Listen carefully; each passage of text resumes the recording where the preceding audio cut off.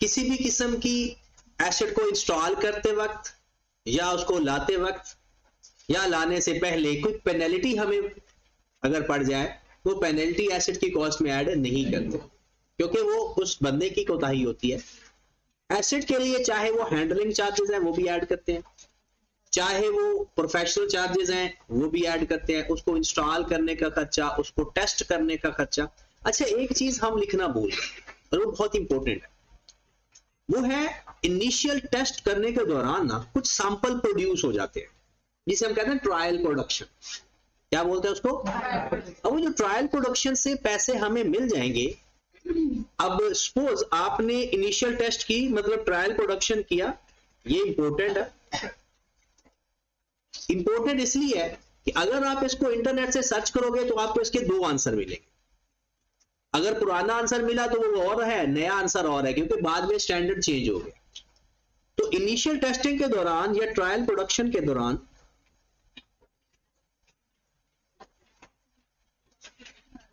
अगर आपको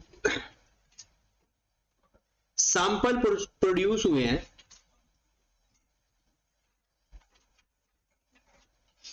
इस सैंपल की जो नेट सेलिंग प्रोसीड होगी,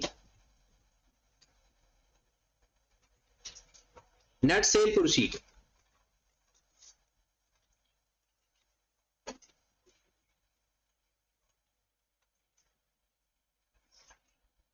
उसका क्या करेंगे?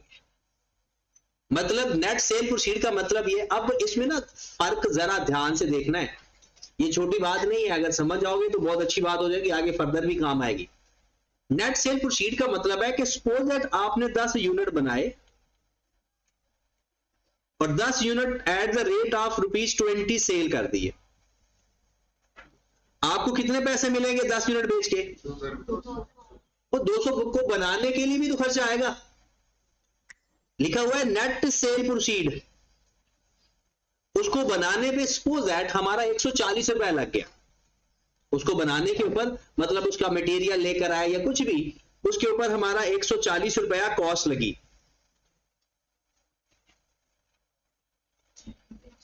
इसे बोलते हैं नेट सेल प्रोसीड। इस सेल प्रोसीड का क्या करते हैं, पहले जब स्टैंडर्ड चेंज होने से पहले इस सेल प्रोसीड को एसेट की कॉस्ट में ऐड कर देते थे। अगर ज्यादा कॉस्ट आ रही है, अगर ज्यादा सेल आ रही है तो माइनस कर देते थे। मतलब ये इनकम बन गई ना आपकी 60 रुपए, तो इसको एसेट की कॉस्ट में से माइनस कर देते थे, और अगर कॉस्ट ज्यादा आती थी तो ऐड कर देते थे। अब स्टैंडर्ड क्या कहता है, कहता है इसको आप नॉर्मल सेल समझो, इसको एसओपीएल के अंदर ले जाओ। कहां ले जाओ इसको? स्टेटमेंट ऑफ प्रॉफिट और लॉस के अंदर ले जाओ, वहां पर इसको जाकर लिखो, इसको एसेट की कॉस्ट में ऐड ना करो। इनिशियल टेस्टिंग कॉस्ट एसेट की कॉस्ट में ऐड होती है, ये टेस्टिंग कॉस्ट नहीं है, ये उसका रिजल्ट है। और ये जो इसकी कॉस्ट है ये इनिशियल टेस्टिंग कॉस्ट नहीं है।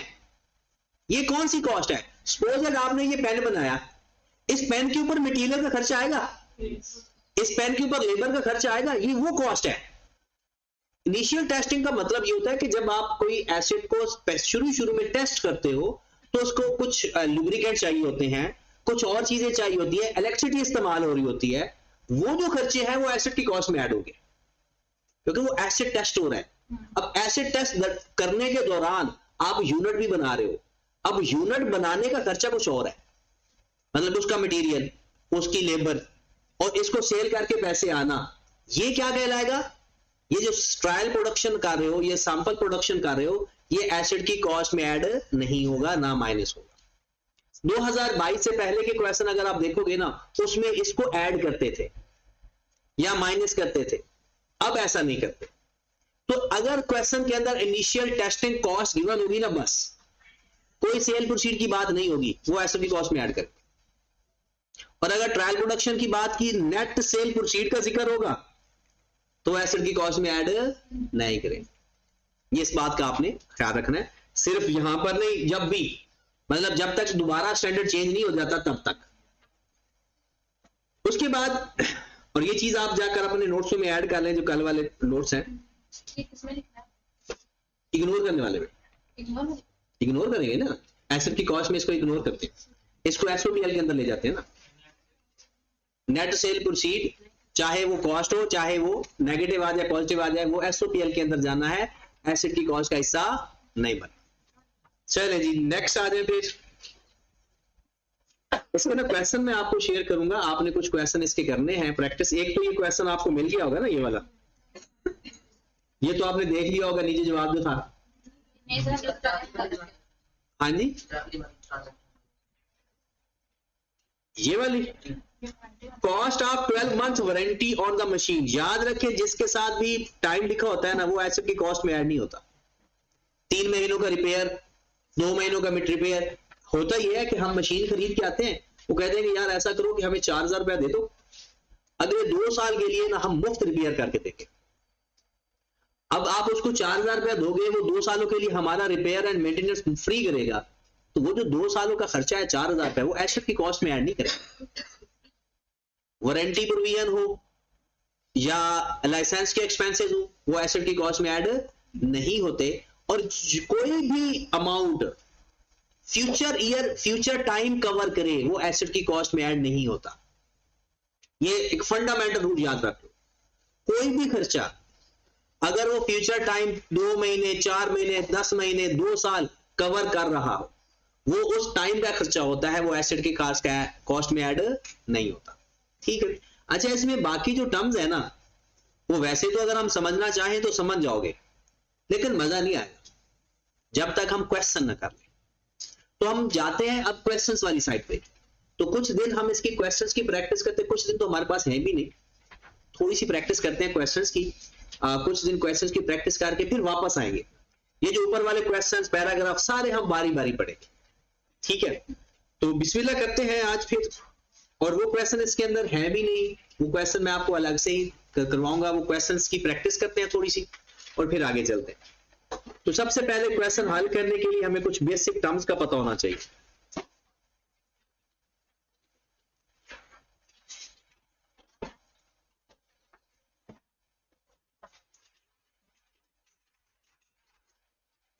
सबसे पहली बेसिक टर्म होती है किसी भी एसेट के लिए उसकी कॉस्ट। सबसे बेसिक टर्म क्या होती है? उसकी कॉस्ट। अब कॉस्ट में 2 बातें हैं, एक उसकी डेफिनेशन, एक उसके एलिमेंट। एलिमेंट की लिस्ट आपने देख ली, और डेफिनेशन में भी क्या बात बताई जाती है? Cost is an amount of cash, cash equivalent या fair value of other consideration given at the time of acquisition या कंस्ट्रक्शन ऑफ एन एसेट। ठीक है। कॉस्ट के बाद एक बात होती है रेजिडुअल वैल्यू की, बल्कि पहले रेजिडुअल वैल्यू से पहले देखें यूजफुल लाइफ।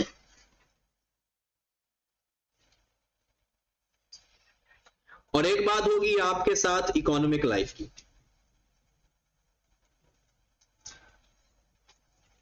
ये सब बातें किसके बारे में हो रही हैं भला? पीपीई के बारे में। प्रॉपर्टी, प्लांट एंड, जिनकी लाइफ कम से कम कितनी होनी चाहिए? More than 1 year. अच्छा जनाब, यूजफुल लाइफ का मतलब है एक एंटिटी, एक बिजनेस किसी भी एसेट को कितनी देर के लिए इस्तेमाल करेगा। एक्सपेक्टेड, जैसे आपका बिजनेस है, आप मशीनें, जहरी सी बात है आपका बिजनेस है तो आप रूटीन में प्लांट या मशीनें इस्तेमाल करते हो, फर्नीचर इस्तेमाल करते हो। आप उसकी एक लाइफ डिफाइन करोगे कि भाई ये मशीन हम 5 साल तक इस्तेमाल करेंगे, फिर निकाल देंगे, फिर नई मशीन इंस्टॉल करेंगे। तो उसकी यूजफुल लाइफ कितनी होगी? 5 साल। आप एक गाड़ी खरीदते हो, अपने गाड़ी अपने मुलाजमीन को देते हो और आप कहते हो कि भाई इतने साल के बाद ना गाड़ी हम रिप्लेस कर देंगे।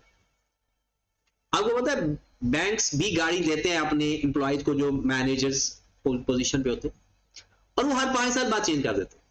कभी आपने कोई, अगर आपको जान पहचान वाला बैंक में हो और अच्छी पोजीशन पे हो, तो वो हर 5 साल बाद गाड़ी खुद नहीं चेंज करता होता, वो बैंक ही उसको दे देता है नई गाड़ी, क्योंकि वो अपने वो उसके अंदर जो एम्प्लॉयमेंट टर्म्स के अंदर उनको उसने गाड़ी देनी होती है, तो हर 5 साल बाद चेंज करके देता है।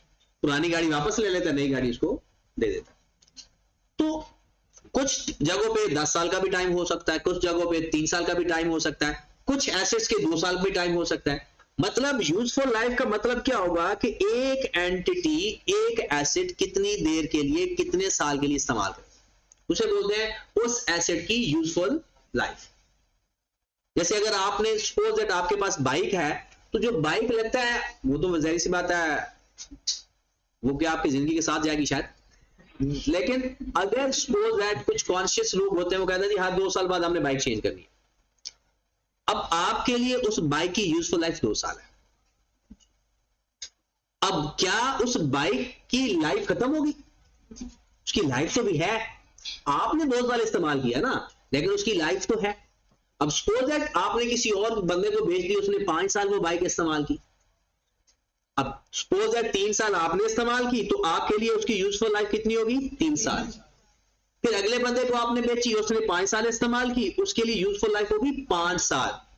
अब अगर 8 साल बाद उस बाइक के पल्ले कुछ नहीं रहा, मतलब अब ना तो कोई उसको खरीदने के लिए तैयार है और ना ही वो इस हालत में है, इसका मतलब ये हुआ कि अब उसकी लाइफ खत्म हो गई। उसकी इकोनॉमिक लाइफ हुई 8 साल, इकोनॉमिक लाइफ हुई। यूजफुल लाइफ फिर किसे कहते हैं?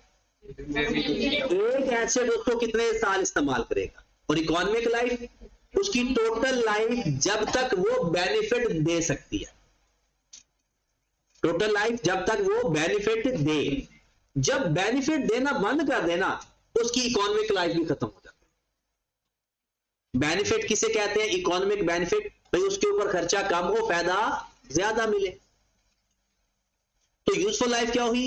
एक बिजनेस किसी भी एसेट को कितने साल इस्तेमाल करता है, और इकोनॉमिक लाइफ उस एसेट की टोटल लाइफ जब तक वो फायदा दे सकता है, इकोनॉमिक बेनिफिट दे सकता है।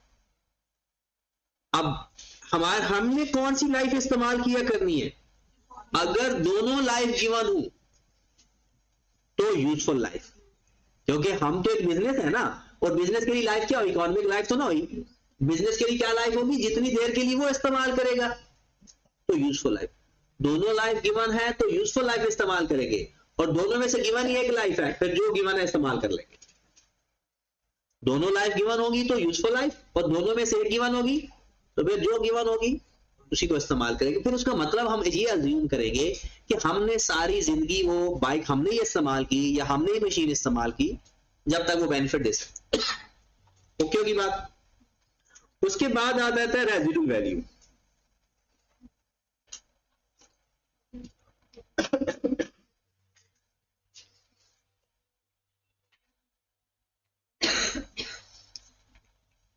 ये सब अल्लाह का कानून है, रेजिडुअल वैल्यू को कोई पूछता ही नहीं था। अब मैंने क्या लिखा? इंपॉर्टेंट, क्योंकि पीआरसी वालों के लिए इसमें से ना एक क्लास क्वेश्चन आता होता 2 नंबर, और वो 2 नंबर बड़े इंपॉर्टेंट होते हैं। अब वो क्योंकि इसकी डेफिनेशन इतनी इंपॉर्टेंट नहीं थी, सिंपल एक बात बताई जाती थी कि भाई यूजफुल लाइफ के बाद जो उसकी वैल्यू होती है उसे रेजिडुअल वैल्यू बोलते हैं। यूजफुल लाइफ के बाद उसकी जो वैल्यू रह जाती है उसे क्या बोलते हैं? Residual value. रेजिडुअल का मतलब ही यही होता है, बाद में बच जाना। रेजिडुअल का मतलब क्या होता है? बाद में रह जाने वाली वैल्यू। जैसे आपने 5 साल गाड़ी इस्तेमाल की, 5 साल के बाद जो उसकी वैल्यू है उसे क्या बोलते हैं? अब रेजिडुअल वैल्यू होता क्या है? आज मैंने एक गाड़ी खरीदी सपोज 32 लाख की, मैंने कहा जनाब उसको 5 साल इस्तेमाल करना है, उसकी यूजफुल लाइफ क्या होगी? इकोनॉमिक लाइफ से मुझे ताल्लुक ही नहीं है। अब यहां पर मैंने एक बात सोचनी है कि भाई 5 साल बाद मेरी इस गाड़ी की क्या वैल्यू होगी। सपोज दैट 15 लाख भी कह सकता हूं, 20 लाख भी कह सकता हूं, 8 लाख भी कह सकता हूं, कोई भी वैल्यू बोल सकता हूं, ठीक है। लेकिन सोच कब रहा हूं? 5 साल बाद या आज? आज। बस ये डेफिनेशन का इंपॉर्टेंट हिस्सा है इसका, कि मैंने कि वो कहता है कि भाई साहब आपका रेजिडुअल वैल्यू की डेफिनेशन में वो क्या कह रहा है कि रेजिडुअल वैल्यू ऐसी वैल्यू होती है कि आपने आज सोचना है कि मेरा एसेट अगर 5 साल पुराना होता तो उसकी वो कितने का बिकता। सोचना आज है, लेकिन वैल्यू कब की सोचनी है? 5 साल बाद की। तो रेजिडुअल वैल्यू कौन सी वैल्यू हुई कि भाई ये एक एस्टिमेटेड डिस्पोजल वैल्यू होती है। एस्टिमेटेड अंदाजा ही लगाओगे ना, डिस्पोजल कहते हैं बेचना। एस्टिमेटेड डिस्पोजल वैल्यू होती है जो कि हम ये अज्यूम करते हैं कि अगर हमारा ये एसेट 5 साल पुराना होता तो आज उसकी क्या वैल्यू होती, उसे बोलते हैं उसकी। क्वेश्चन करते वक्त इसका कोई मसला नहीं आता, लेकिन पेपर में इसकी डेफिनेशन आती है। तो इसकी डेफिनेशन को हम पढ़ते हैं प्रॉपर। अपने बुक निकालना है तो निकाल लो, वरना कम जरूरी नहीं है। ये देखें, रेजिडुअल वैल्यू की डेफिनेशन ये है, और इसको हमने याद नहीं करना, समझना है, क्योंकि पेपर में उसने आपको वैल्यू की फॉर्म में देता है। The residual value of an asset is the estimated amount. एक बात हो गई, that an entity would currently obtain. इसमें जो इंपॉर्टेंट बात है वो ये है, that an entity would currently obtain. Currently का मतलब क्या होगा, आज। From disposal of the asset, मतलब एसेट को आज बेच के कितने पैसे मिलते, after deducting estimated cost of disposal, minus करेंगे अगर कोई बेचने पे खर्चा आता है तो। मतलब सपोज दैट मैं ये सोच रहा हूं भाई गाड़ी मेरी ना, आज अगर जो मैं नई गाड़ी लेकर आ रहा हूं, सोच लो जी 5 साल पुरानी हो गई, तो कितने की बिकती। मैंने कहा जी 8 लाख की। वो जो मेरी गाड़ी बिकवाने वाला था ना 50,000, उसको भी देना पड़ेगा, तो फिर रेजिडुअल वैल्यू हुई 7.5 लाख। रेजिडुअल वैल्यू क्या होगी, आप इसको पढ़े जरा। कहते हैं and residual value of an asset is an estimated amount that an entity would currently obtain from disposal of asset after deducting the estimated cost of disposal। यहां तक तो बात समझ लग जाती है। पेपर में ये लाइन बच्चों को परेशान कर देती है, if the asset were already of the age and in the condition expected at the end of its useful life। इन जो मैंने हाईलाइट किया रेड लाइन के साथ 3 बातें, इसको कोई एक्सप्लेन कर सकता है। If the asset were already of the age and in the condition expected at the end of its, ये इस इन लाइनों का ताल्लुक इसके साथ है। हाँ, मतलब ये कि मैं सोच आज रहा हूं, करंटली सोच रहा हूं, क्या सोचना है मैंने कि जनाब मेरे एसेट की लाइफ पूरी हो चुकी है, मेरा एसेट 5 साल पुराना है, तो अब मेरा पुराना एसेट आज मुझे बेच के कितने पैसे दे सकता है, उसे उसकी क्या बोल देते हैं, रेजिडुअल वैल्यू। और डेफिनेशन तो पेपर में आएगी नहीं, अगर आएगी तो लिखी होगी तो आपसे यही पूछा गया जी ये सही है या गलत है। तो पेपर में कैसे कहेगा कि जनाब रेजिडुअल वैल्यू है वो वैल्यू जो आपको at the end of 5 year मिलेगा। गलत। क्या लिखा हुआ है, the entity would currently obtain from the disposal of the asset, कि आज उसकी कितनी वैल्यू मिल सकती है, 5 साल बाद नहीं, आज क्या वैल्यू मिल सकती है अगर आपका एसेट 5 साल पुराना हो तो। ठीक होगी बात। तो ये डेफिनेशन कई दफा बच्चों को पेपर में आती है और क्वेश्चन गलत भी हो जाता है। आज मिल सकती है, मिलेगा तो 5 साल बाद ही ना। हाँ जी, तो यही तो बात है ना कि उसने पेपर में ये कहना है 5 साल बाद भी पता नहीं वो वैल्यू मिली है या नहीं मिली। आज एस्टिमेट कर रहे हैं ना, तो रेजिडुअल वैल्यू हम लिखनी होती है हमने। वो कौन सी वैल्यू लिखेंगे, 5 साल बाद वाली या आज वाली? आज वाली वैल्यू लिखेंगे। और किस तरह से सोचेंगे कि जैसे मेरा एसेट अगर 5 साल पुराना हो चुका है तो इस उसकी कंडीशन भी 5 साल पुरानी है, तो वो कितने पैसे दे सकता है, वो आज हम लिख देंगे भाई ये इसकी रेजिडुअल वैल्यू, क्योंकि लिखनी हमने आज है, 5 साल बाद ही लिखनी। 5 साल बाद रेजिडुअल वैल्यू चेंज भी हो सकती है, तो फिर हम चेंज भी करेंगे कि अगर चेंज हो जाती है तो क्या करेंगे। ठीक है, तो ये डेफिनेशन में वो आपको पेपर में घुमाएगा और अक्सर स्टूडेंट वही वैल्यू लिख बैठते हैं आफ्टर 5 इयर्स।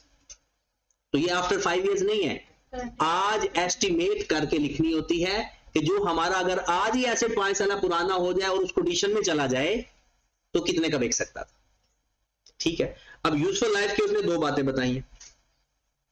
कहते यूजफुल लाइफ सिर्फ लाइफ नहीं होती, यूजफुल लाइफ में एक और चीज भी होती है। एक तो लाइफ आपने कह दिया नहीं 5 साल मशीन इस्तेमाल करनी,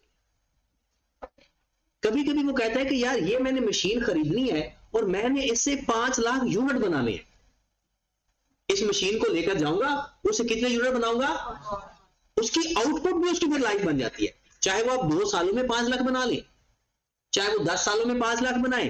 अब आपने उसकी लाइफ क्या बताई, टाइम नहीं बताया, यूनिट बता दिए, आउटपुट बता दी, प्रोडक्शन बता दी, तो वो भी उसकी लाइफ होती है। तो लाइफ होगी दो, यूजफुल लाइफ, एक आपने कितने साल इस्तेमाल करना है, या आपने उसमें से कितनी प्रोडक्शन लेनी है।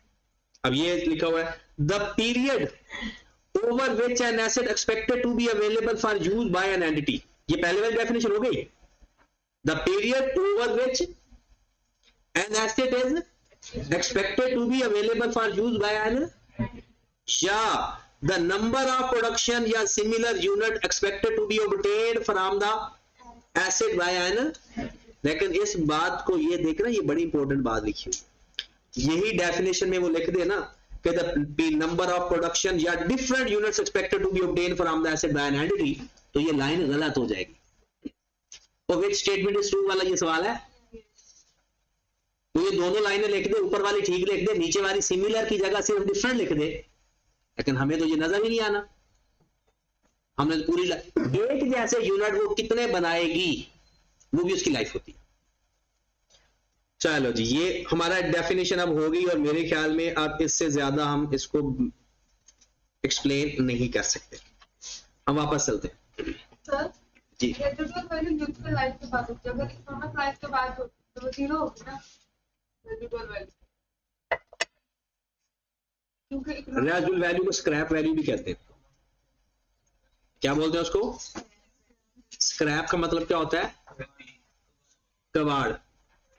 अब कुछ ना कुछ तो बिकेगी ना, चलो लोहे लोहे बिक जाएगा, तो वो कुछ ना कुछ वैल्यू रह ही जाती है, जरूरी नहीं है जीरो, पॉसिबल है जीरो लेकिन जरूरी नहीं। हाँ जी, और वैसे भी हमारा ताल्लुक इकोनॉमिक लाइफ के साथ होता ही नहीं है, एक बिजनेस का ताल्लुक क्या होता है उसकी यूजफुल लाइफ के साथ। नेक्स्ट, कॉस्ट की टर्म पता चल गई, यूजफुल लाइफ का पता चल गया, इकोनॉमिक लाइफ का पता चल गया, रेजिडुअल वैल्यू का पता चल गया। उसके बाद वैल्यू आती है डेप्रिशिएबल अमाउंट।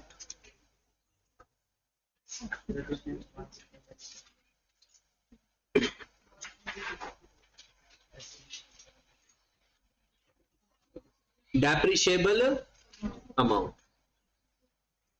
डेप्रिशिएबल अमाउंट उस अमाउंट को कहते हैं जिसको हमने डेप्रिशिएट करना हो। अब इसको हम बहुत ज्यादा डिटेल में नहीं डिस्कस कर सकते, क्योंकि उन बातों का आपको पता ही नहीं है, क्योंकि इसमें टैक्स के इफेक्ट्स भी आ सकते हैं, टैक्स पर्पस की वजह से भी हम ये बात कर सकते हैं।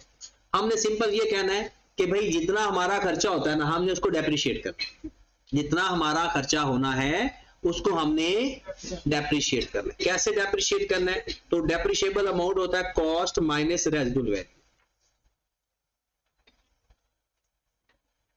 कॉस्ट माइनस जितने का एसेट खरीदा माइनस जितने पैसे हमें एक्सपेक्टेड टू बी रिकवर्ड है, वापस मिल जाएंगे। तो आपने फिर डेप्रिशिएबल अमाउंट कितनी हुई, टोटल कॉस्ट, टोटल खर्चा फिर आपका क्या हो गया, net of residual value, net of residual value, इसे बोलते हैं डेप्रिशिएबल अमाउंट। अब हुआ ये, एक छोटी सी बात बता ही देता हूं कि आपने अपना एसेट खरीदा 5 लाख का, ये है उसकी कॉस्ट, फिर इसकी रेजिडुअल वैल्यू है 1 लाख, और इसकी यूजफुल लाइफ है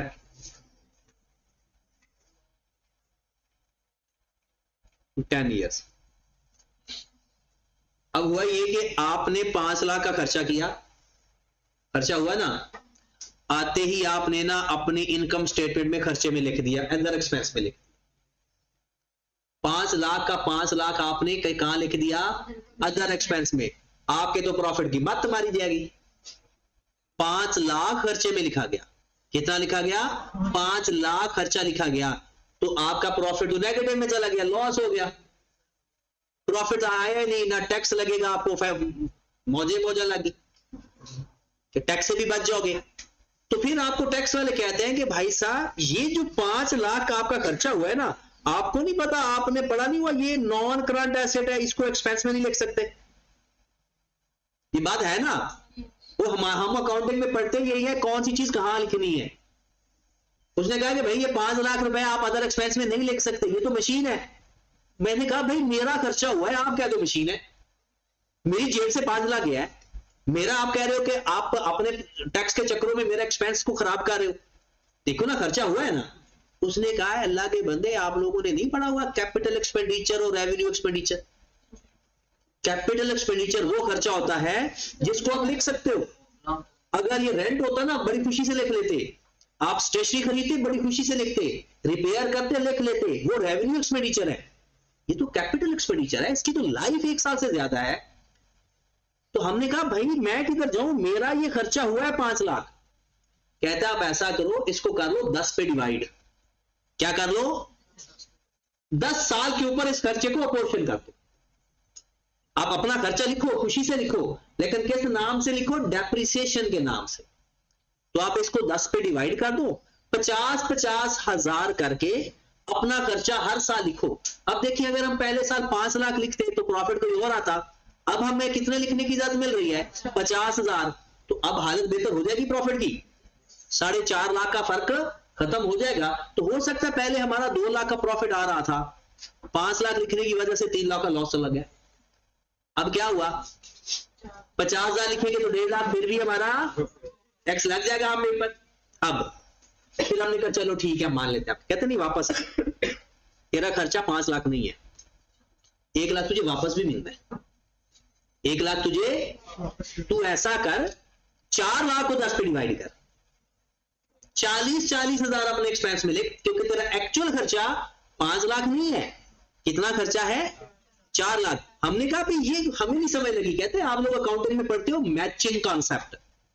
कौन सा कॉन्सेप्ट होता है, कहते हैं अगर आप किसी खर्चे का बेनिफिट उसी साल में इस्तेमाल करते हो तो खर्चा भी उसी साल का लिख सकते हो।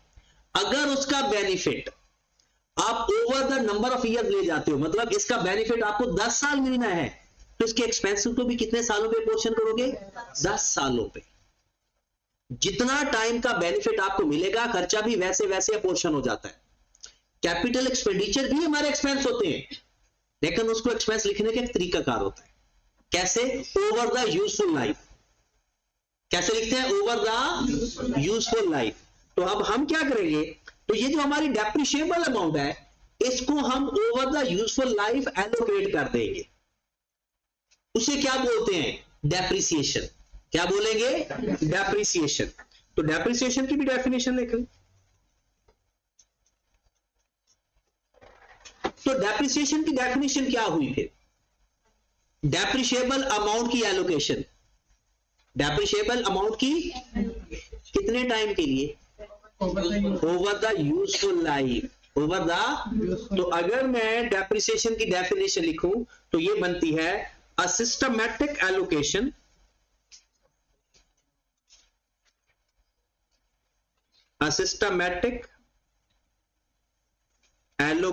of depreciable amount over its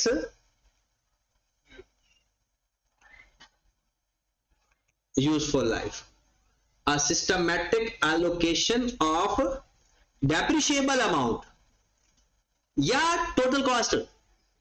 1 lakh को भी वो हमें एक्सपेंस नहीं देगा, वो कहेगा भाई डेप्रिशिएबल अमाउंट को लाइफ के ऊपर डिवाइड कर ले और तेरे डेप्रिसिएशन के नाम से। आपको पता है डेप्रिसिएशन एक्सपेंस में लिखते होते हैं, वो डेप्रिसिएशन क्या होता है, वो हमारा एसेट का हर साल का जो पोर्शन होता है ना वो उधर से माइनस होता जाता है और हमारे एसेट के एक्सपेंस के अंदर आता जाता है। इसके कई और मतलब भी हैं।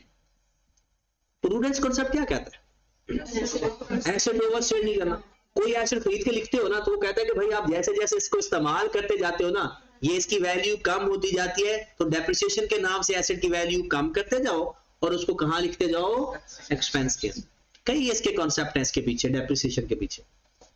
तो systematic allocation of depreciable amount over its useful life. Depreciation के बाद है जी methods of depreciation.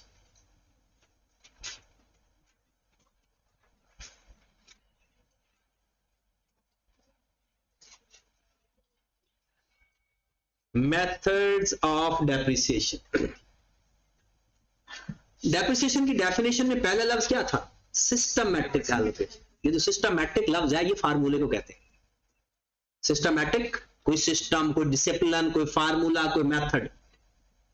Depreciable amount को एलोकेट करने का कोई तरीका होगा। उन हमारे सिलेबस में 4 तरीके हैं, 5 है लेकिन चौथा और पांचवा एक जैसा ही है। तो पहला तरीका को बोलते हैं straight line method.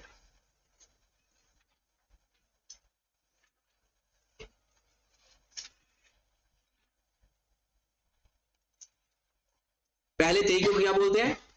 Straight line method. दूसरे को रिड्यूसिंग बैलेंस मेथड।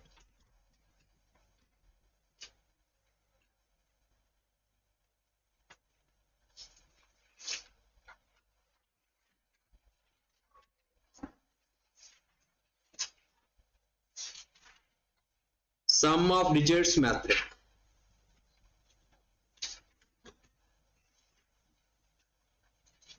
आउटपुट या प्रोडक्शन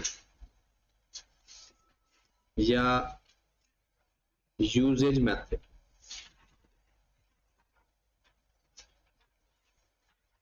ये 4 मेथड है। वैसे टोटल ये यूजेज और प्रोडक्शन 2 चीजें होती हैं, लेकिन दोनों का पैटर्न सेम है, तो इसलिए हम उसको एक ही मेथड में कवर कर लें।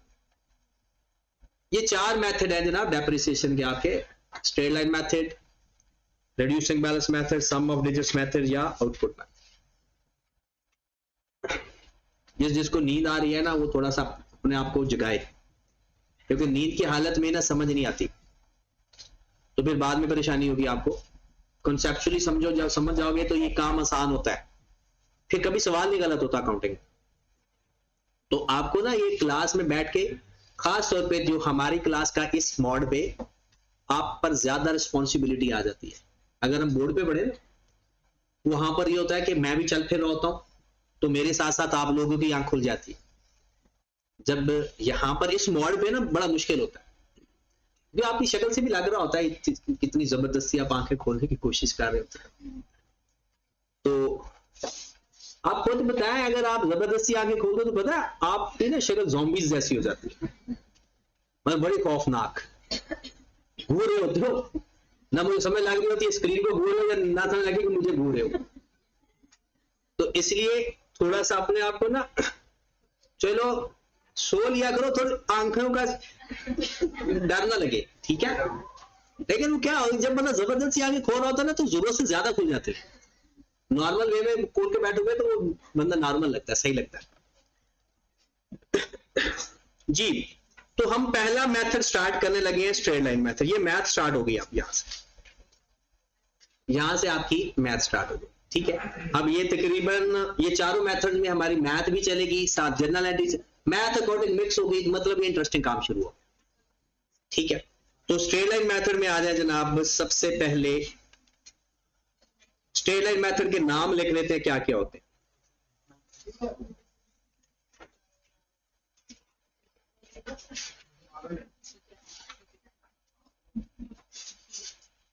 स्ट्रेट लाइन मेथड का एक नाम होता है original cost method.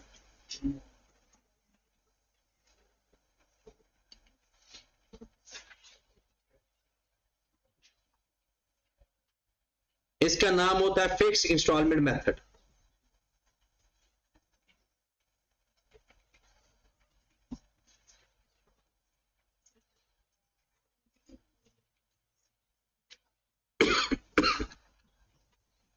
Straight line method, original cost method या फिक्स इंस्टॉलमेंट मेथड।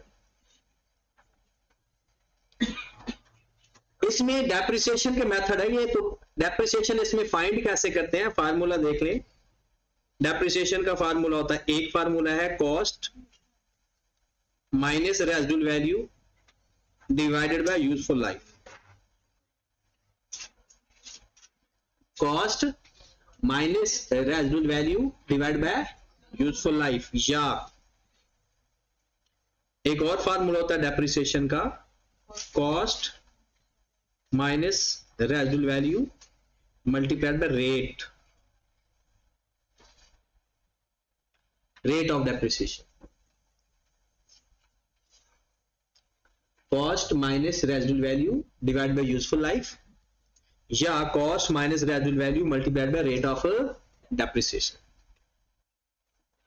अब एक रिलेशन और गिवन है, पेपर में आपको आ सकता है वो सवाल। वो रिलेशन क्या है कि अगर आपको कहता है जी रेट गिवन नहीं है ना, तो आप रेट का फार्मूला लगा सकते हैं 1 over useful life, 1 over useful life multiplied by 100।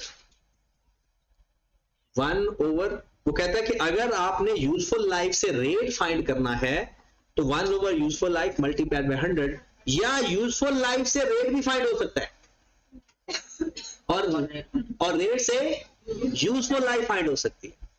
बात समझ रहे हो? लेकिन हमारी बुक में ये फार्मूला नहीं लिखा हुआ। हमारी बुक में जो रेट का फार्मूला लिखा हुआ है वो भी लिख रहे, cost minus residual value divided by cost multiplied by 1 over useful life multiplied by 100। सब लेट कर देंगे आप। हाँ मैं एक सबलेट कर देगा, ठीक है। तो समय हुआ, आप लोग का टेस्ट है आज? अच्छा स्केड्यूल में आज, ठीक है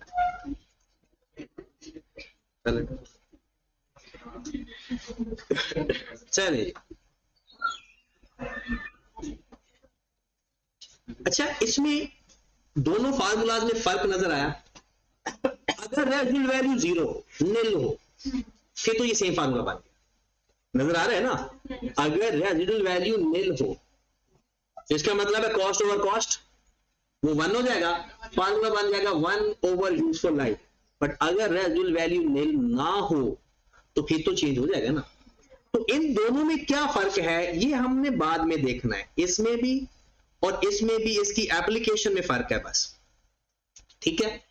लेकिन हमने अगर फिलहाल वो हमसे रेट पूछता है तो पता है आपने किस तरह से फाइंड करके देना है आई कैप को? इस तरह से, cost minus residual value divided by cost multiplied by 1 over useful life, अगर वो सिर्फ रेट पूछे।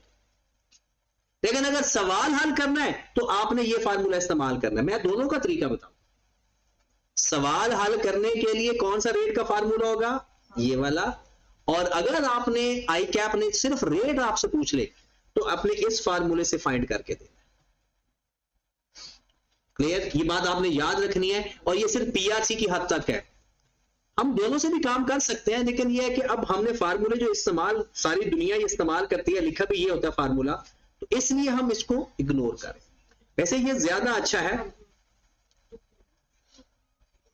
लेकिन क्योंकि आप लोगों ने आगे प्रैक्टिकली ये इस्तेमाल कम होता है बहुत, क्योंकि जो ये इंट्रो में अभी फार्मूला ये नजर आता है, पहले नहीं होता था। हालांकि ये ज्यादा फार्मूला अच्छा है, ज्यादा इफेक्टिव भी है। क्यों इफेक्टिव है ये इस्तेमाल करके बताऊंगा। अगर आप इस्तेमाल करना चाहो तो जरूर करना, लेकिन जब आपको क्लासेस में पढ़ाया जाएगा ना, वो ज्यादातर ये वाला ये फॉर्मेट पढ़ाया जाता है, इसलिए मैंने वो बताया। क्योंकि आप देखें जो पुराने टीचर्स पढ़ा रहे हैं उनको तो ये फार्मूला शायद पता भी नहीं होगा। मतलब जो पीआरसी को पढ़ाते नहीं है, जो फाइनल की अकाउंटिंग पढ़ाते हैं या FR2 पढ़ाते हैं, जो पीआरसी को पढ़ाते नहीं है, उनको ये फार्मूला पता तक नहीं होगा और ना ही उनकी शायद एप्लीकेशन आती होगी। तो इसलिए हमें दोनों तरीकों का पता होना चाहिए, फिर उसको जिस तरह से आपने अप्लाई करना है वो आपके अपनी मर्जी है, ठीक है। तो आगे चलते हैं जनाब क्वेश्चन में। अब एक क्वेश्चन लिखिए जरा। क्वेश्चन ये है कि हमारे पास है जी cost ₹400,000, residual value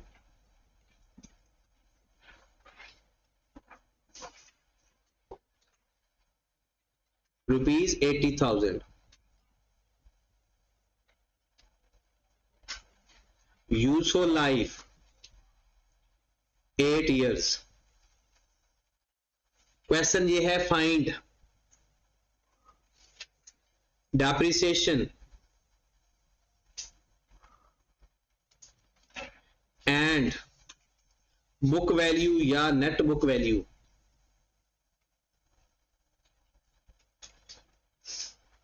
for 3 years।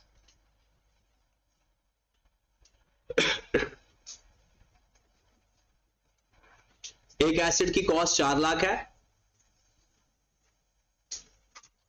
उसकी रेजिडुअल वैल्यू 80,000 है, उसकी लाइफ 8 साल है। कहता जनाब मुझे ना 3 सालों की डेप्रिसिएशन भी बताएं और 3 सालों की नेट बुक वैल्यू भी बताएं। नेट बुक वैल्यू या नेट कैरिंग अमाउंट एक ही बात है।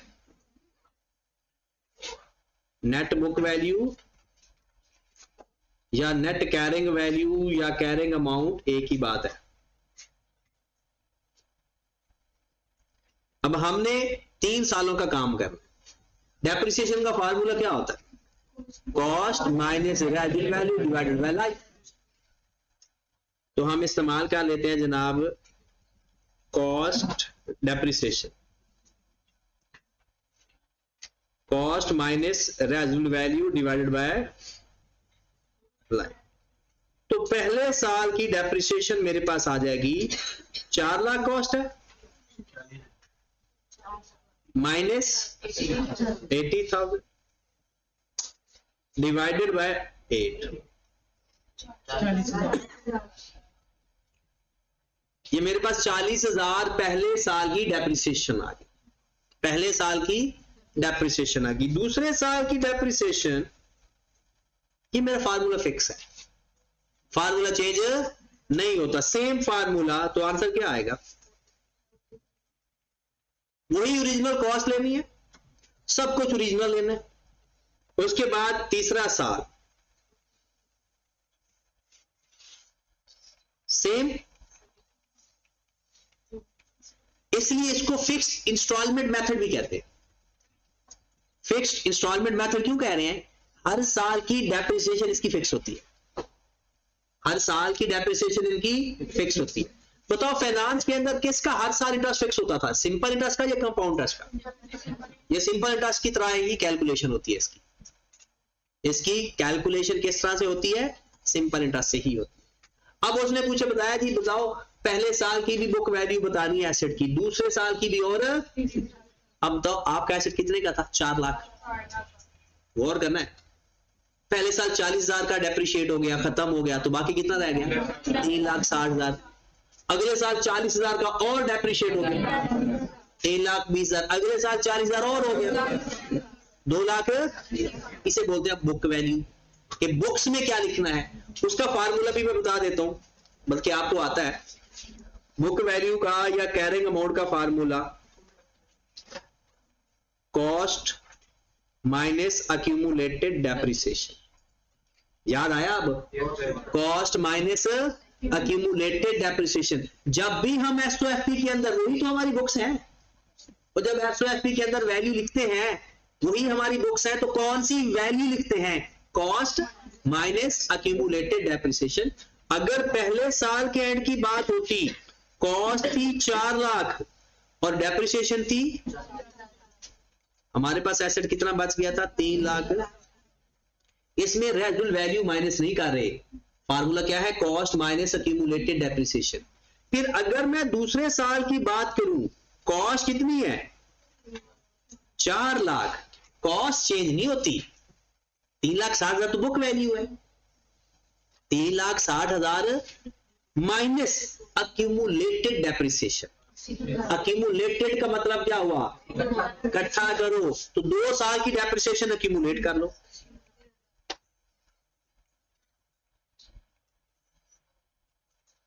Got it? फिर जब तीसरा साल आएगा फार्मूला यही है, कॉस्ट माइनस अक्यूमुलेटेड डेप्रिसिएशन। 3 सालों की डेप्रिसिएशन, 1 लाख, 2 लाख। ये 1 साल बाद बुक वैल्यू ये रह गई थी, 2 साल बाद, और अब चाहो तो बुक वैल्यू में से अगले साल की डेप्रिसिएशन भी माइनस कर सकते। ये जो आपको कॉन्सेप्ट होना चाहिए, फार्मूला यही है, कॉस्ट माइनस अक्यूमुलेटेड डेप्रिसिएशन। ठीक है जी बात? तो ये एक नजर दोबारा देखें कि जनाब हमने क्या किया है। ये हमारा सवाल था।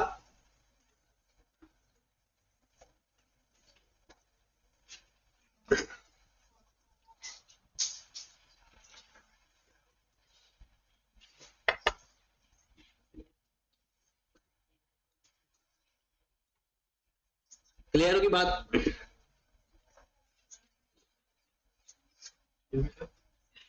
बुक वैल्यू दूसरे साल में हमने पिछले साल की डेप्रिसिएशन ऐड करके फार्मूला क्या है? Cost minus accumulated depreciation. Accumulate का मतलब क्या होगा?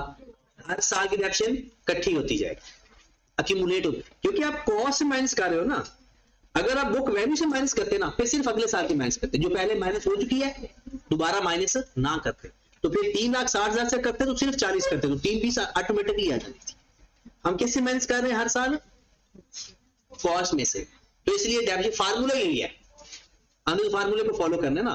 वैसे तो इसके कई और मेथड भी हो सकते हैं, लेकिन पेपर में तो फार्मूले से पता चलेगा ना। वो हमसे डायरेक्ट वो कह देता है कि जनाब मुझे ना बुक वैल्यू का फार्मूला ही बता दो बस। तो कॉस्ट माइनस और डेप्रिशिएबल अमाउंट का फार्मूला क्या है?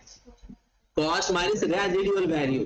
यहां पर तो हमें फंसाएगा, यही तो उसके पास ऑप्शंस हैं, हम मिक्स करने की कोशिश करेंगे फिर। चलो जी अगला सवाल,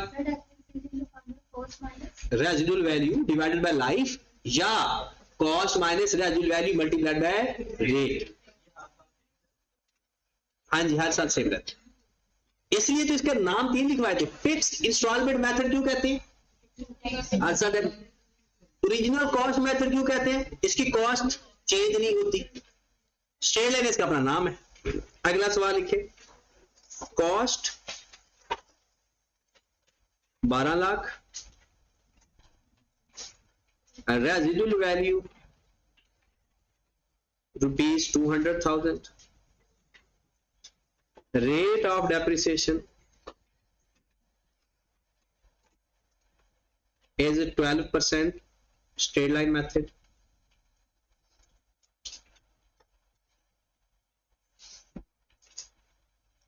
Find depreciation and book value for 3 years. करो जरा इसको।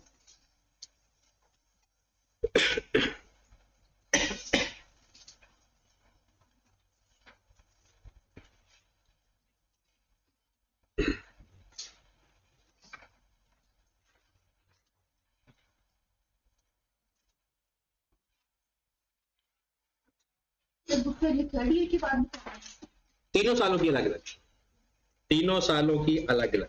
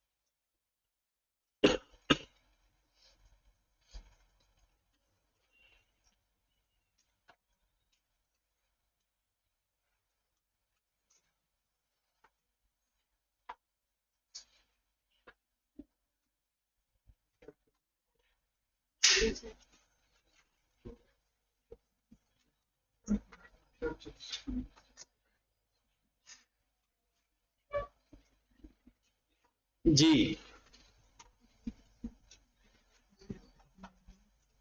डेप्रिसिएशन हर साल की 1,20,000 आ गई, और book value,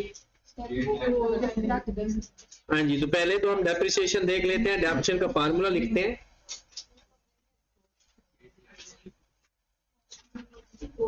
cost minus residual value multiplied bye,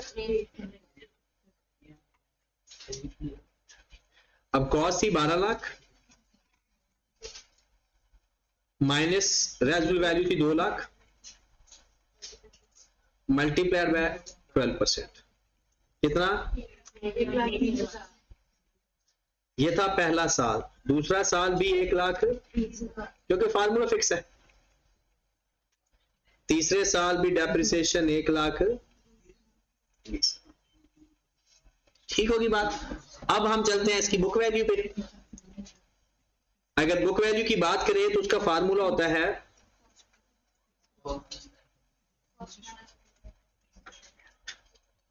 cost minus accumulated cost कितनी है 12 लाख माइनस ये है 1 साल बाद। अच्छा आपसे वो डायरेक्ट भी पूछ सकता है कि 2 साल के बाद बुक वैल्यू बताओ, 3 साल बाद की बुक वैल्यू बताओ, फिर हम वो एक्यूमुलेटेड डेप्रिसिएशन माइनस डायरेक्ट करेंगे। तो ये हमारे पास आ गया 1, फिर दूसरे साल पे 12 लाख में से एक्यूमुलेट करेंगे पिछली डेप्रिसिएशन तो कितनी हो जाएगी 2,40,000। तो कितना आ गया। और दूसरा तरीका कार क्या था, आप 1,10,80,000 में से अगर 1,20,000 माइनस कर देते तो भी यही आंसर आता, क्योंकि जो पहले माइनस हो चुका है दोबारा माइनस ना करो। ओरिजिनल कॉस्ट लेंगे तो अक्यूमुलेटेड डेप्रिसिएशन लेंगे, और अगर बुक वैल्यू लेंगे तो बस अगली डेप्रिसिएशन लेंगे। आंसर दोनों से सेम आ गया। तीसरे साल 12 लाख में से 3,60,000 माइनस करेंगे 8 लाख। ठीक होगी बात। अब इसके कॉन्सेप्ट को अब थोड़ा इंप्रूव करते हैं। ये तो था कि आपको बगैर डेट के क्वेश्चन की बात, अब होता ही है बिल्कुल जैसे फाइनेंस का क्वेश्चन है ना, बिल्कुल ये वैसे क्वेश्चन हमारे पास ना, बल्कि आप लोगों को इस बात का बहुत खूब अंदाजा है कि हमारा एक ईयर एंड होता है, उस ईयर एंड पे हमने सारी एक दफा बुक्स क्लोज करनी होती। अगर सपोज हमने एक एसेट खरीदा, एसेट परचेज्ड, अच्छा इसके ना 2 मेथड पढ़ाए जा सकते हैं। एक ये कि जिस तरह से नॉर्मल पढ़ा जाता है, और एक ये कि सिर्फ हम इंट्रो की हद तक पढ़े। इंट्रो की हद तक पढ़ेंगे तो ये बहुत आसान लगेगा आपको, कोई टेंशन वाली बात होगी नहीं। और अगर हम एक दूसरा तरीका होता है कि नहीं हम चाहते हैं कि भाई जिसको हमने आगे भी तो पढ़ना ही है तो हम वैसा ही पढ़ना शुरू कर दें, ताकि थोड़ा सा वो आपको 5 मिनट के लिए परेशानी आएगी फिर वो ठीक हो जाएगी। और अगर हमने सिंपल सादा तरीके से पढ़ना तो फिर तो परेशानी आएगी, फिर तो वो कोई परेशानी नहीं। हम हर एसेट को अलग अलग ही लिखते जाएंगे। प्रॉब्लम तब आता है जब एसेट, जैसे हमने 3 साल की बात की ना, पहले साल 1 एसेट था, अगले साल 2 हो जाए, उससे अगले साल 3 हो जाए, मतलब नए नए एसेट भी साथ साथ खरीद रहे हो, तब थोड़ा सा इशू हो जाता है। तो कुछ करते हैं प्रैक्टिस, अभी एक एसेट की प्रैक्टिस करते हैं। Asset purchase at 1/4/2022 for rupees 400,000 with residual value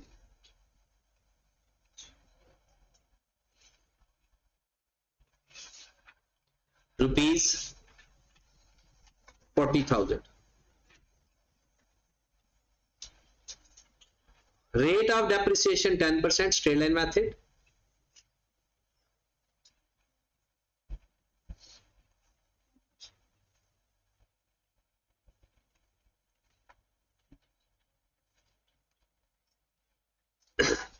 Rate of depreciation 10%, straight line method.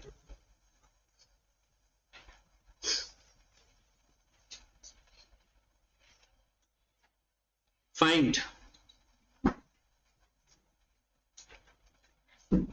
depreciation and book value for the year 2022, 2023, 2024 if year end is 31st December each year.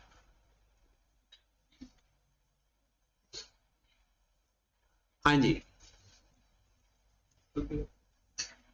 सवाल अब इस पर, क्योंकि ये nature change होगी question. पहला सवाल मैं करवाता हूं, फिर उसके बाद सर डेप्रिसिएशन हमने किस एसेट की लेनी होती है, जो आपके पास होता है। जो एसेट आपके पास होता है हम उसकी डेप्रिसिएशन लेते हैं। जैसे आपका साल है दिसंबर, इसका मतलब है आपका साल शुरू होता है जनवरी से और एंड होता है दिसंबर। जाग रहे हो ना सारे? शुरू कब हुआ? जनवरी से और एंड हुआ। आपने सपोज गाड़ी खरीद ली, गाड़ी भी खरीदी, हम आपको इसी में ही गाड़ी खरीद के दे देते हैं इस डेट को। आपका ईयर एंड हर साल कब होता है? दिसंबर। आप मुझे बताया 2022 में आपके पास गाड़ी आ गई, अब उसकी डेप्रिसिएशन हो गई। अब जितने टाइम के लिए आपके पास गाड़ी अवेलेबल होती है ना, डेप्रिसिएशन उतने टाइम के लेते हैं। तो 2022 के साल के अंदर आप जो डेप्रिसिएशन लोगे वो 9/12 से लोगे। मतलब क्यों? आपके पास गाड़ी 9 अप्रैल से पहले थी नहीं, तो डेप्रिसिएशन कैसे लोगे उसकी? तो 12 महीनों में ये देखना है कि आपके पास गाड़ी कितने टाइम तक रही एक साल के अंदर। चलो जी, 2022 में आपने 9 मंथ की डेप्रिसिएशन दे दी, वो फॉर्मूला वही है, बस आगे क्या करेंगे? मल्टीप्लाइड बाय 9/12, सिर्फ इतना ही। अब अगली बात, 2023 में वही गाड़ी क्या आपके पास अब भी 9 मंथ के लिए है? अब तो आपके पास अवेलेबल है और पूरा साल अवेलेबल है जब तक आप बेचो ना। इसका मतलब है फिर 23 में 24 में वो गाड़ी आपके पास पूरा पूरा साल रहेगी और फिर डेप्रिसिएशन भी पूरे पूरे साल की आएगी। बात समझ रहे हो? अब अगर सपोज दैट कि हमने 2022 में गाड़ी ली अप्रैल के अंदर, 2022 में डेप्रिसिएशन कितने टाइम के लिए? 9 मंथ। 2023 का साल वो गाड़ी हमारे पास रही, 2024 में जून में बेच दी, 6 महीने की डेप्रिसिएशन। इसे बोलते हैं डिस्पोजल। क्या बोलते हैं? और वो हमारे सिलेबस में नहीं है। एडिशन है, खरीदना है, बेचना नहीं। छोटे हो ना, अभी बेच नहीं सकते। एसेट खरीदने की इजाजत है, बेचने की इजाजत नहीं। ठीक है, तो अब आपसे अगर आपसे कोई पूछे बताओ जी 2022 की डेप्रिसिएशन भी बताओ और उसकी बुक वैल्यू भी बताओ, फिर 2023 की डेप्रिसिएशन भी बताओ, बुक वैल्यू भी बताओ, इसी तरह से तीनों सालों की। और याद रखें हमने डेप्रिसिएशन और बुक वैल्यू कब तक लेनी होती है? ईयर एंड तक। अब आए जरा, सबसे पहले हम डेप्रिसिएशन लेंगे। अब ईयर 1 ऐसे लिखेंगे, यहां तक। कहां तक डेप्रिसिएशन लेंगे? दिसंबर 2022 तक। तो वो किस तरह से लेंगे जनाब? कितनी वैल्यू है? कॉस्ट कितनी है? 4 lakh minus multiplied by 9 by 20। ये आपकी डेप्रिसिएशन आई है 2022 के साल की। अब डेप्रिसिएशन मैं लेने लगा हूं दिसंबर 2023। अब क्या लेंगे? फार्मूला तो फिक्स है, फार्मूला चेंज नहीं हो रहा। मल्टीप्लाइड बाय क्या अब भी 9/12 करूंगा? क्या करूं? 12/12 1 और वो लिखते रहिए 30। फिर डेप्रिसिएशन दिसंबर 24,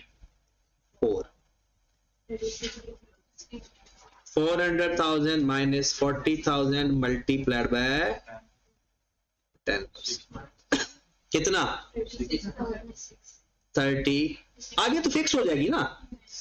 पहले साल क्यों चेंज आ रही? पहले साल चेंज नहीं आ रही, टाइम थोड़ा था। पहले साल भी डेप्रिसिएशन उतनी ही आती।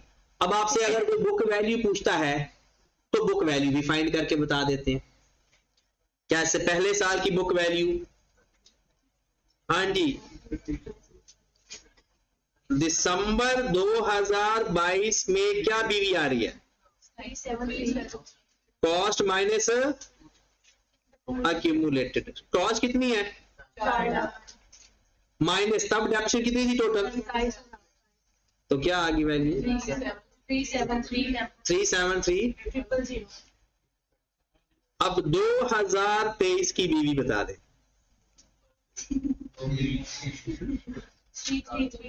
4 लाख माइनस 36,000 करेंगे या 27,000 प्लस करके करेंगे? 27,000 प्लस करके देखें कितनी अमाउंट आ गई। 36 प्लस 27 60। हाँ जी 337। हाँ जी 2024 की बीवी फाइंड कर लोगे?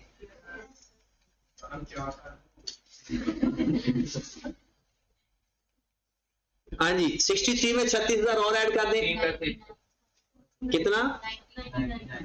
99,000। 30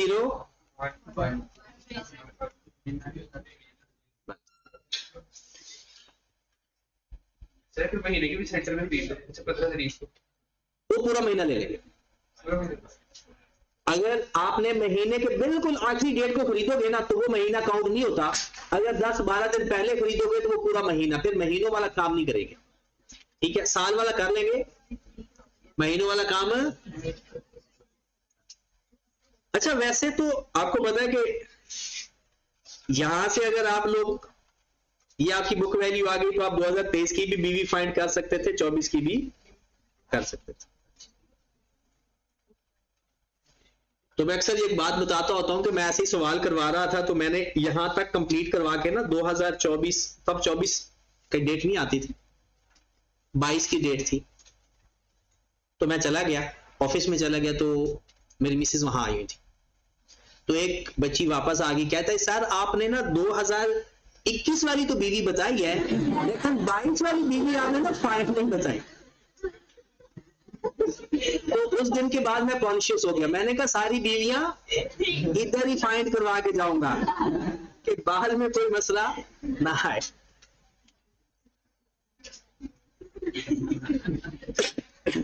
ये तो अल्लाह ताला का शुक्र था कि उन्हें पता था कि ये भी एक बीवी होती है।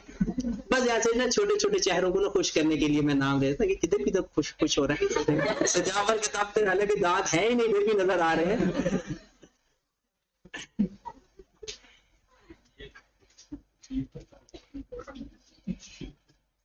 हाँ जी नेक्स्ट। अच्छा अभी हमने सीखा एक एसिड। अब अगर ऐसा भी तो हो सकता है ना कि भाई आपने पहले साल खरीदा एक एसिड, अगले साल एक और भी खरीद लियो, तो आपके पास आपने देखना है उस साल में आपके पास जितने भी एसेट्स अवेलेबल होंगे ना सबको डेप्रिशिएट करेंगे। अब दो सिचुएशन हो सकती है किसी भी साल डेप्रिशिएट लेने के लिए, एक ब्रॉड ऑन ऑलरेडी खरीदे हुए एसेट और दूसरा उस साल खरीदा हुआ एसेट। जो पहले का खरीदा हुआ होगा उस पर पूरे साल की डेप्रिशिएट ले लेंगे और जो साल खरीदेंगे तो उसका टाइम देख लेंगे, बात ही खत्म। और ये पूरा टॉपिक की डेप्रिसिएशन यही कॉन्सेप्ट है, मेथड चेंज होंगे, कॉन्सेप्ट यही है। डेप्रिसिएशन लेते वक्त क्या देखना होता है? सबसे पहले किसको देखना है? क्या आपके पास पुराने एसेट्स हैं, उसे क्या बोलेंगे? Brought on. और दूसरे क्या देखेंगे? क्या कोई इस साल खरीदा, बस अगर इस साल खरीदा तो उसको अलग से डेप्रिशिएट कर लेंगे और जो ब्रॉड ऑन है उनको साथ साथ डेप्रिशिएट करते आएंगे। इसका एक ऐसा एक टेबल है बहुत आसान कर देता है इसको, लेकिन वो आगे हम कैरी नहीं कर सकते क्योंकि उसमें कैलकुलेशन बहुत ज्यादा हो जाती है, मतलब वो वर्किंग इतनी ज्यादा हो जाती है कि टाइम काउंट करना मुश्किल हो जाता है। तो हम अभी से फिर वही पैटर्न पढ़ते हैं जिस पैटर्न में हमने आगे पढ़ना है। तो एक क्वेश्चन लिखते हैं, इसमें 2-3 एसेट्स खरीदते हैं और उसमें आपने देखना है कि किस तरह से हमने इसको डील करना है। हाँ जी क्वेश्चन है जनाब आपके पास, asset purchase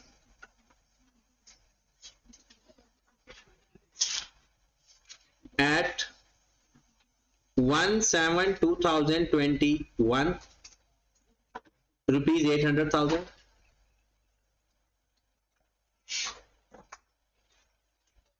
and other asset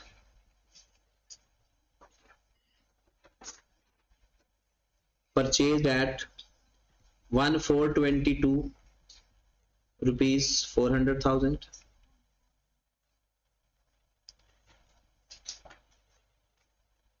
and other asset purchased at 1/1/2023 rupees 500,000. rate of depreciation,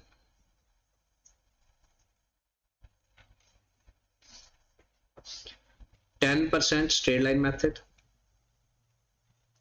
10% straight line method, and year end is 31st December each year. Requirement है जी, फाइंड डेप्रिसिएशन 1, बुक वैल्यू 2 और journal entries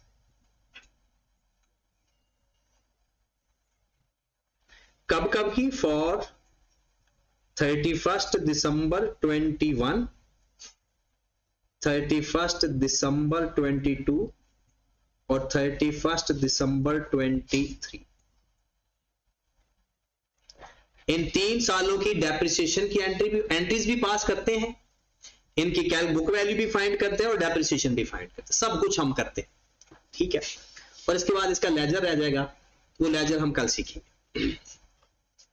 ये इसका आज का last question है आपका, बड़े ध्यान से सीखना है और कल आपने सिर्फ इसके क्वेश्चन करके आने हैं। पहले ये क्वेश्चन दोबारा खुद से कर लेना, फिर मैं आपको 3 क्वेश्चन शेयर करूंगा, वो क्वेश्चन आपने ग्रुप में शेयर कर दूंगा, वो क्वेश्चन करने हैं, ठीक है। तो ये हमारा टॉपिक कंप्लीट, ये टॉपिक नहीं, ये एक मेथड पूरा हो जाए और इसी मेथड में काम करना है, बाकी सारे एक ही दिन के मेथड है सारे।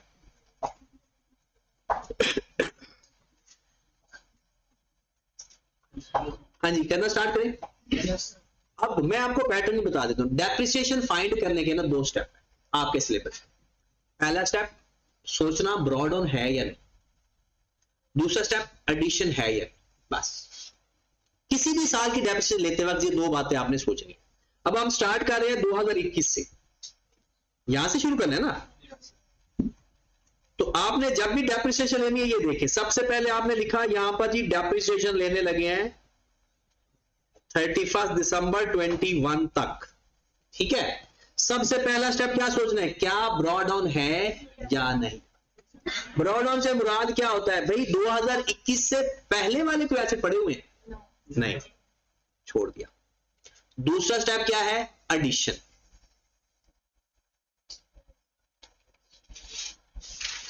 क्या एडिशन है 2021 के अंदर? बिल्कुल है। ये देखिए 2021 के अंदर आपने एक एसेट खरीदा है, आपने लिखना है जनाब 1721। कितने का एसेट खरीदा था? 8 लाख का। क्या रेजिडुअल वैल्यू है? नहीं। रेट कितना है?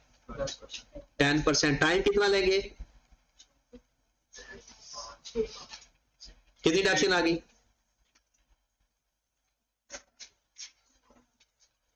40 लाख। खत्म होगी बात।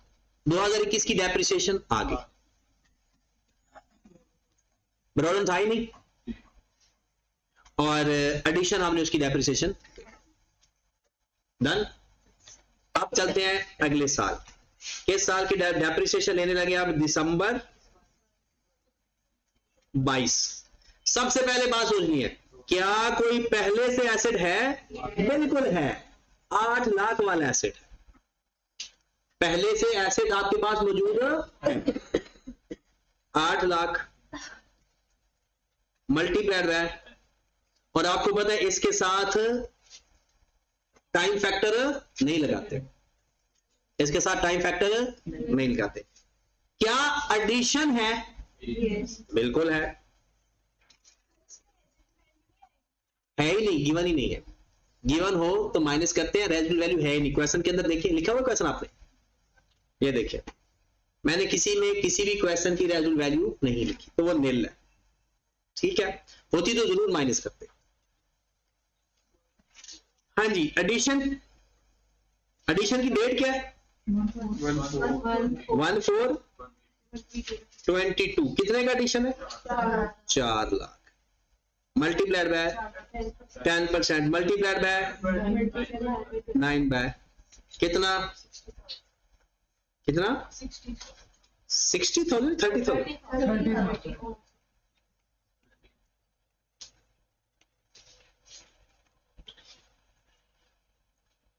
ये 2022 की डेप्थ 30,000 है या 1,10,000? 1,10,000। डेप्रिसिएशन एसेट की नहीं बताई जाती, टाइम की बताई जाती। 1422 को एसेट खरीदा था, तो साल के अंदर वो हमारे पास कितने टाइम रहा? 9 महीने। और जो ब्रॉड ऑन है वो तो पूरा आएगा। अब इंटरेस्टिंग बात आएगी 2023 के अंदर। हम चले गए जी, डेप्रिसिएशन फाइंड करने जा रहे हैं दिसंबर 23 की। दिसंबर, आपने मुझे बताना है क्या ब्रॉड ऑन है, कितना है, क्या 8 लाख है या 12 लाख है? 12 लाख है, क्योंकि आपके पास 2 एसेट पड़े हुए।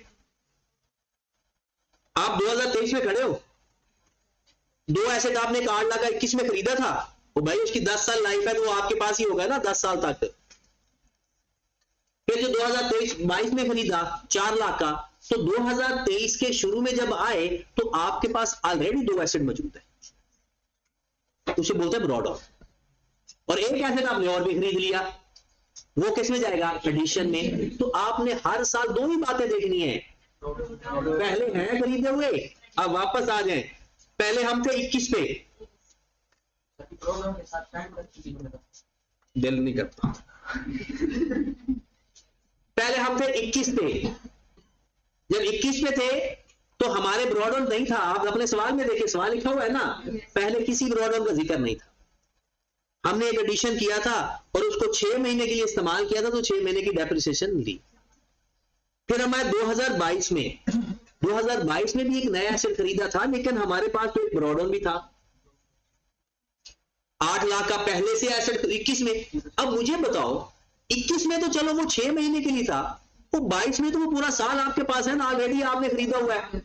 आप समझे, आपकी बाइक या गाड़ी जब 21 में खरीदी थी तो साल में आपके पास वो 6 महीने रही, क्योंकि पहले 6 महीने थी नहीं जब खरीदी नहीं थी।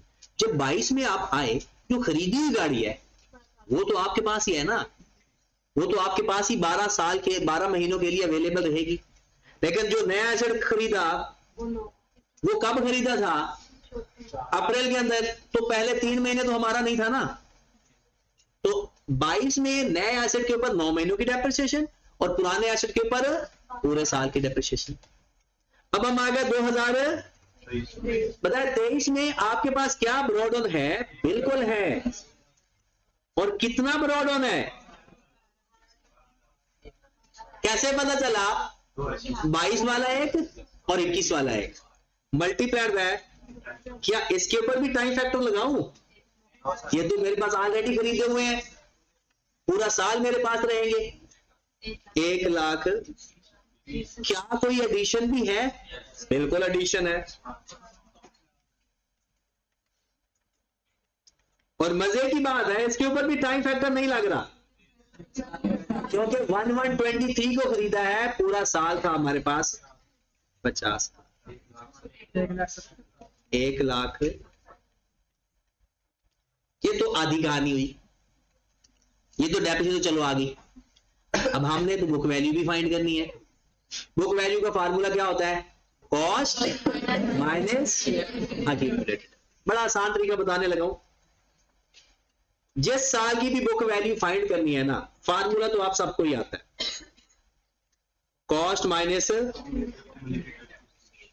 सिंपल। अब लिखो ना, पहले समझो।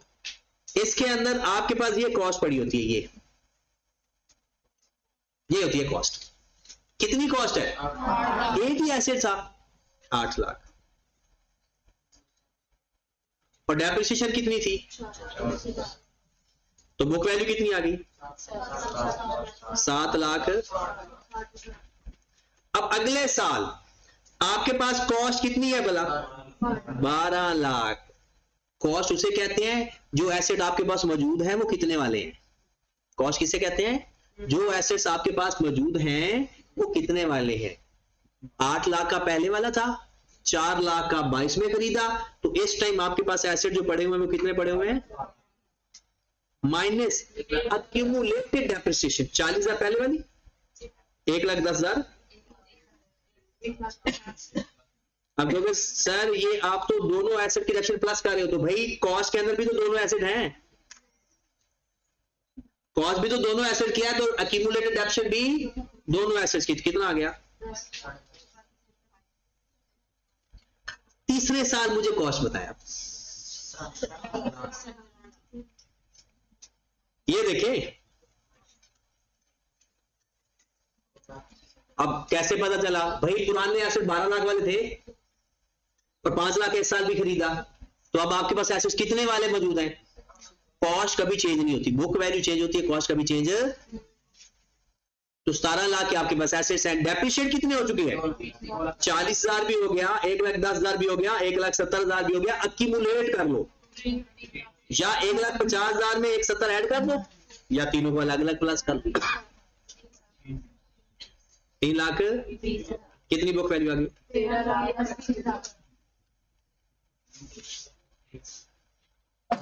हाँ जी, पहले इसको समझे फिर आगे इसकी एंट्रीज पास करते हैं। एंट्रीज आपको आती हैं, वो पुरानी है।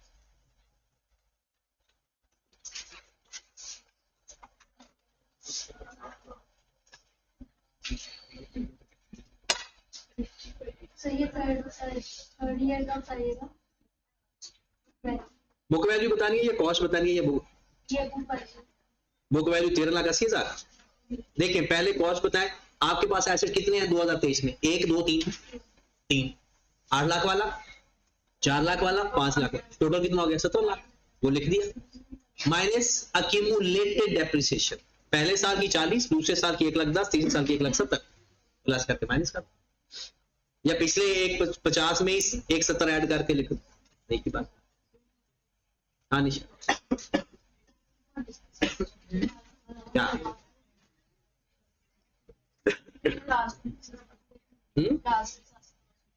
कौन सी? 3 लाख। अक्यूमुलेटेड डेप्शन का मतलब क्या है? सारी राशि को प्लस करना। पहले साल की राशि कितनी फाइंड की थी? दूसरे साल में, तीसरे साल में, करो प्लस। हाँ जी, जर्नल एंट्रीज ट्रांजैक्शंस की होती है, कैलकुलेशन की नहीं, ट्रांजैक्शन की। हाँ जी, जाओ जर्नल एंट्रीज में, या कोई बात पूछनी है किसी ने? साथ साथ पूछ लिया करो, आसानी होती है। अगर लेट, जितना लेट करोगे उतनी मुश्किल आपके लिए बढ़ जाएगी। जी, जो ब्रॉड ऑन हमने लिया, हमने पिछले साल की डेप्रिसिएशन ली है। ब्रॉड ऑन में, नहीं, ब्रॉड ऑन जो मैं लेता हूँ ना, वो तो एसेट की कॉस्ट लेता हूँ, एसेट की कॉस्ट लेता हूँ। ब्रॉड ऑन का मतलब है तो पुराने खरीदे हुए एसेट की कॉस्ट, उसको ब्रॉड ऑन ले रहा हूँ। पिछले साल का नहीं ला रही, क्योंकि पिछले साल 40,000 बढ़ जाती है किस चीज का? डेप्रिसिएशन की। जो डेप्रिसिएशन तो ये है, 40,000 आ रही, ठीक है, ठीक है। इसको हम इस साल नहीं ला रहे, हम कॉस्ट पे दोबारा स्केल एंड मेथड है ना, उसका नाम ही ओरिजिनल कॉस्ट मेथड है। तो ओरिजिनल कॉस्ट पे ही डेप्रिसिएशन हर वक्त लगती है। अगर अगला मेथड है रिड्यूसिंग बैलेंस मेथड, फिर वो माइनस करके अप्लाई करते हैं। हमने यूज 6 महीने किया था। हाँ जी, लेकिन ये है कि आप देखें यहाँ पर 8 लाख पूरा, 8 लाख, 4 लाख, फिर 12 लाख पूरा, इसमें कुछ माइनस नहीं किया। ओरिजिनल कॉस्ट मेथड का मतलब ही यही है कि डेप्रिसिएशन जब भी अप्लाई करनी है, कॉस्ट पे अप्लाई करनी है। उस साल में लेकिन वो इतने मच यूज किए, अगले साल में वो थोड़े। देखे ना, आपके पास सिंपल, आप देखें कि मेरे पास एक एसेट था, जब पहले साल आपके पास एसेट था ना, तो आपने खरीदा था नया नया, उस वक्त तो मंथ हो सकते हैं। डेप्रिसिएशन लेते हैं अवेलेबिलिटी को देख के, अगले साल वो एसेट कितना टाइम आपके पास होगा? पूरे साल के लिए। तो इसका मतलब है पुराने एसेट पर कभी भी अगले साल में पूरे साल की डेप्रिसिएशन आएगी, और नया एसेट खरीदेंगे तो कम टाइम हो सकता है। चले जी, अब आपने